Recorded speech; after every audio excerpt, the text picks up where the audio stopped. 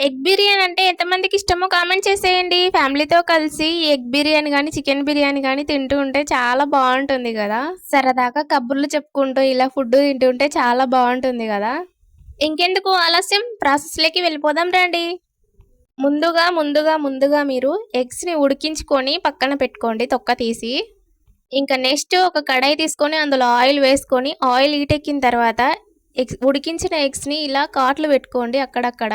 అక్కడక్కడ ఘాట్లు పెట్టిన ఎగ్స్‌ని ఆయిల్‌లో వేయించుకోవాలి. ఆయిల్‌లో ముందుగా పసుపు, కారం వేసుకొని, ఆ పసుపు, కారం బాగా హీట్ ఎక్కిన తర్వాత ఆయిల్‌లో, అందులో ఈ ఎగ్స్‌ని వేసుకొని టాస్ వేసుకోవాలి. రెడ్ అండ్ బ్రౌన్ కలర్ వచ్చే విధంగా ఎగ్స్‌ని బాగా ఆయిల్‌లో ఫ్రై చేసుకోవాలి.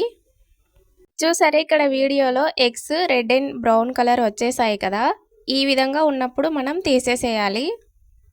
ఎగ్స్ అన్నీ తీసేసిన తర్వాత అదే కడాయిలో కొద్దిగా ఆయిల్ వేసుకొని ఆనియన్ ముక్కలు ఒక కప్పు వేసుకోండి. ఆనియన్ ముక్కలు 2 నిమిషాలు బాగా వేగిన తర్వాత టమోటా ముక్కలు ఒక కప్పు వేసుకొని బాగా కలుపుకోండి. టమాటా ముక్కలు మెత్తబడిన తర్వాత ఒక మూత పెట్టి కొంచెంసేపు కుక్ అవ్వనివ్వండి. అందులోనే ఒక పచ్చిమిర్చి, కరివేపాకు, జీలకర్ర ఆవాలు, ఎండుమిర్చి వేసుకొని బాగా వేయించుకోండి. అందులోనే దాల్చిన చెక్క కూడా వేసి బాగా వేయించుకోండి. దాల్చిన చెక్క, లవంగాలు వేయడం వల్ల బిర్యానీ ఫ్లేవర్ బాగా తెలుస్తుంది. బావుంటుంది బిర్యానీ. సింపుల్ ప్రాసెస్‌లో చూపిస్తున్నాను. ఎవరైనా ఈజీగా చేసేసుకోవచ్చు. చిన్న పిల్లలు కూడా చేసేయొచ్చనమాట. ఈ ప్రాసెస్‌లో చేస్తే టేస్ట్ కూడా చాలా బావుంటుంది. మనకి టమాటా, ఉల్లిగడ్డ మెత్తబడిన తర్వాత అందులో పసుపు, సాల్ట్ వేసుకొని బాగా మిక్స్ చేసుకొని ఒక 2 నిమిషాల తర్వాత పెరుగు, కారం వేసి గరం మసాలా వేసేసి మొత్తాన్ని బాగా కలిపేసుకోండి. టమాటా ముక్కలకి, ఆనియన్ ముక్కలకి ఈ పెరుగు, కారం అంతా పట్టే విధంగా బాగా మిక్స్ చేసుకోవాలి.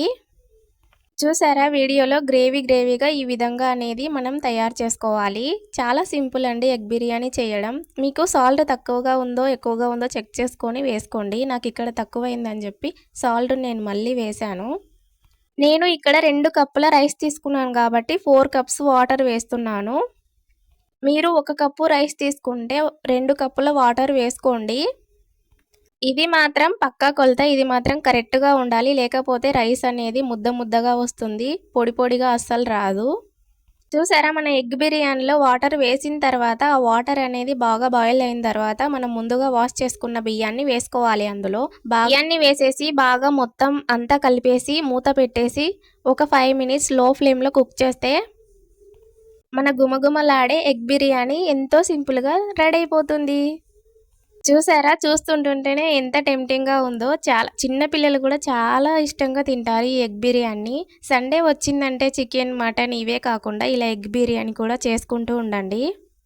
పిల్లలు చికెన్, మటన్ ఎక్కువగా తినరు. ఎందుకంటే కారం వేసి చేస్తాం కాబట్టి అది ఎక్కువగా ఇష్టపడరనమాట. ఇలా ఎగ్ బిర్యానీ చేశారంటే చాలా ఇష్టంగా తింటారు. చూసారా ఇలా ఫ్యామిలీతో కలిసి హ్యాపీగా ఒక ముద్ద తిన్నా చాలు. ఎంతో తృప్తిగా చాలా బావుంటుంది. నేనిక్కడ అందరికీ వడ్డిస్తున్నాననమాట. మేము నలుగురం ఉన్నాం కాబట్టి 4 ప్లేట్లలో వేస్తున్నాను ఈ ఎగ్ బిర్యానీ. ఎగ్ బిర్యానీ అంటారో, ఎగ్ పులావ్ అంటారో ఇంకా తెలీదు. మా పిల్లలైతే ఇలా చేస్తే ఇష్టంగా తింటారని చెప్పి ఇలా చేస్తూ ఉంటాను. ఎగ్ బిర్యానీలోకి రైతా వేసుకుంటే చాలా బావుంటుందనమాట. చూసారా వేసి మా ఆయనకిచ్చేసాను. ఇంకా పిల్లలకైతే తినిపిస్తున్నాను. చిన్నోడైతే తీసుకొని తిండు. నేనే తినిపించాలి వానికి. ఈ ఎగ్ బిర్యానీ ఇంత పర్ఫెక్ట్‌గా ఇంత బాగా వస్తుందని అస్సలు అనుకోలేదు. చేస్తున్నంత సేపు కొంచెం టెన్షన్ ఎలా వస్తుందో అని చెప్పి చాలా బాగా అయితే వచ్చింది. మా పెద్దోడైతే తీసుకొని తింటాడు గానీ, మా చిన్నోడికైతే ఇంకా తినిపించాలి. వాడు చిన్నోడు గదా! ఇక్కడ కొంచెం ఫోన్ అనేది ప్రాబ్లమ్ వచ్చింది. కెమెరా అనేది సరిగ్గా రాలేదు. వీడియో సరిగ్గా తీయలేదు. చూసారా క్వాలిటీ బాలేదనమాట వీడియో.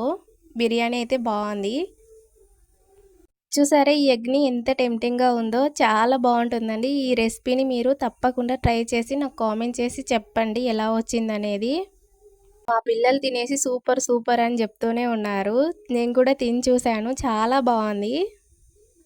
ఓకే ఫ్రెండ్స్, ఈ మినీ బ్లాగ్ ఇంతటితో అయిపోతుంది. మన ఛానల్ మీకు నచ్చినట్లయితే సబ్స్క్రైబ్ చేసుకోండి. Thank you for watching.